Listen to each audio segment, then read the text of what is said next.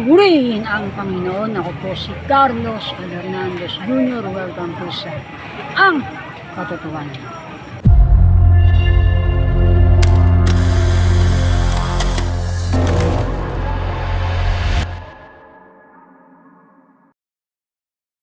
Mabuhay!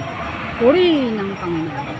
Ako po si Carlos Hernandez Jr. Ang original plus S na tayo. Sa pagkakataong ito, ating pong tatalakayin ang katangian na dapat agawin ng isang class S na pangit dito sa sanglibutan mapanghusga. Ang unang-unang dapat nating isipin, tayo ay hindi gaya ng leon. Ang leon, bagaman kinikilala, hari ng kagubatan. Ang leon ay nagpe-perform sa circus. Nagpe-perform sa circus at siya ay sinasanay na magtanghal sa circus. Sa circus pala, circus. At sa pagpe-perform niya sa circus, siya ay binibigyan ng pagkain.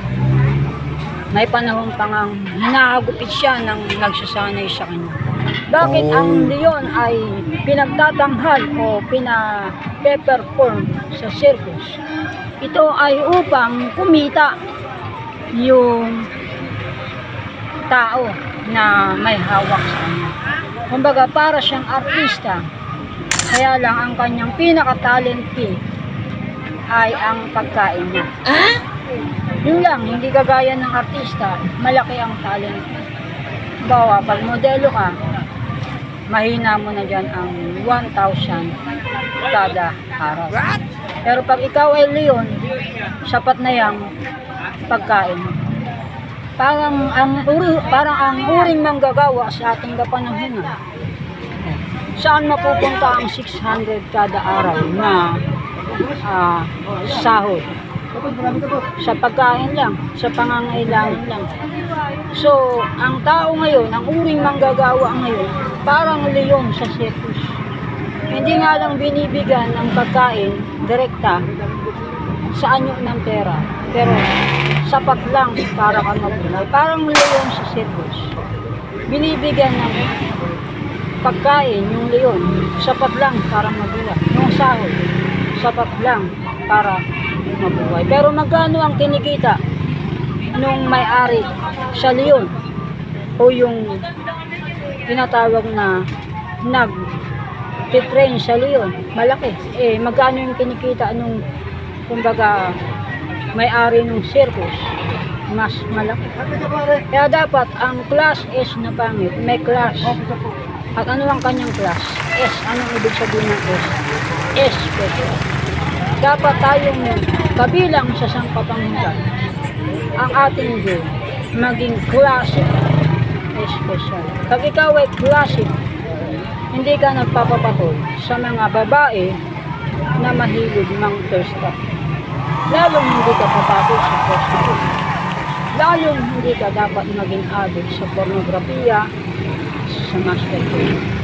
Kasi ang pornografiya at masturbation ay hindi maganda yan sapagkat nakakasira yan ng utak.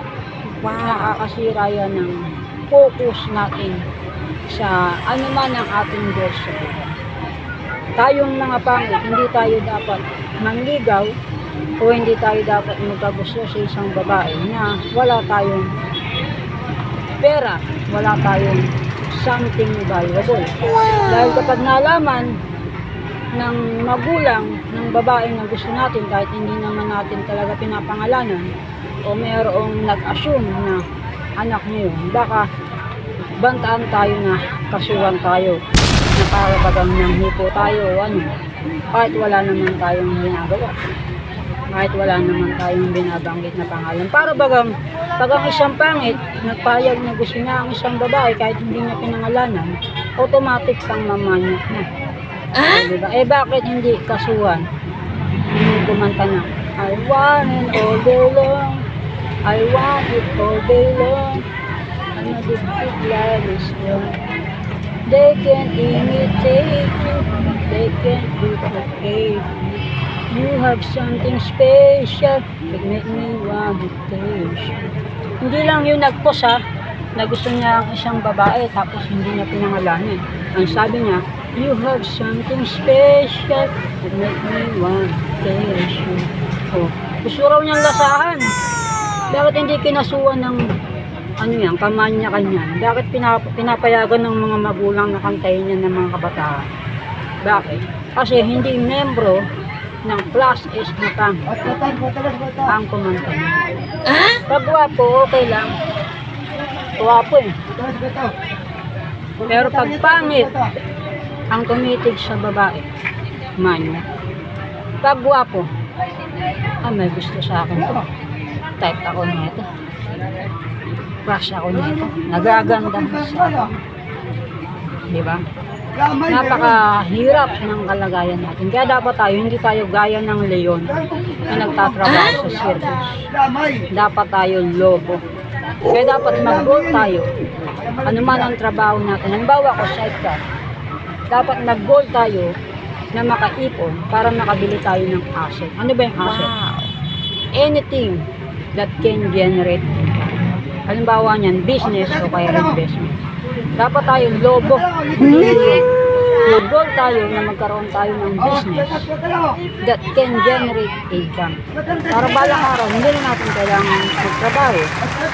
Yung asset natin, ang siya magtatrabaho para sa atin. Ang pera, mahirap na amo yan. Diba, sa pagsasayka, mahirap na sayka. Pero ang pera, napakahusay. Kaya nga, the rich don't work for money. Anong ginagawa ng rich? Yung pera nila, ang pinagtatrabaho nila para sa sarili. Kaya sila nag-i-invest, nag-i-negosyo, ginagamit nila yung tinatawag na leverage. Sila kung umutang, ang ginagawa nila, hindi pambili ng luho, hindi pambili ng asset. That can generate income, that can generate money. Kasi tayong mga mahirap, ang ating focus, mag-aral para balang araw magkaroon ng trabaho na may sahod na malaki. Pero ang isip ng mayaman, mag-aral para maka-acquire ng asset na pwedeng mag-generate ng income na makakapagpasahod ng malaki. Kaya yung sumasahod ng malaki, maliit lang yung sahod niya kumpara sa kita o tubo yung nagpapasahod siya. Ikaw ba, payag ka, ang kita anong sinasahuran mo, 100,000. Ang kita mo, mababa sa 100,000. Ikaw nagpapasahod ng 100,000, ang kikitain mo, 100,000 din. Pwede yun, pantay. Pero dapat mababalik yung pinapasahod mo sa kanya. Kahit pa paano.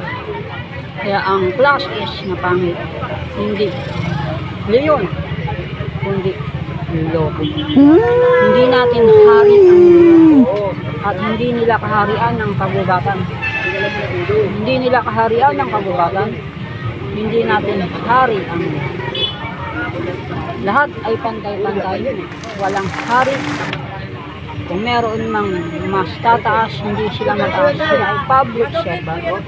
Diba, ang presidente, ang senador, ang congressman, ang mayor, lahat ng mga nasa gobyerno, public servant yan. At hindi sila dapat paglingkuran. Kundi sila ang dapat ng maglingkuran. Diba, ang kapulisan at ang mga sundalo, hindi yan umiiral para paglingkuran sila. Umiiral sila para maglingkod sa atin. Hindi sila boss. Tayo ang boss dito. Kaya nga tayo nagbabayad ng bus. Kumbaga, magtatrabaho ako bilang board. Papasahod ako. Nagpapasahod sa akin. Sino ang nagpapasahod sa gobyerno? Tayo. Kaya tayo ang ama ng gobyerno. Hindi hari ang Diyos. Hindi natin hari ang Diyos. at hindi nila kakarianin. Tayo ay lobo, hindi buyo.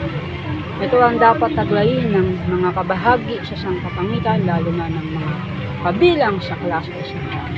Ako si Carlos L. Hernandez Jr., ang original Class S mechanic. Ito ang katotohanan. Purihin ang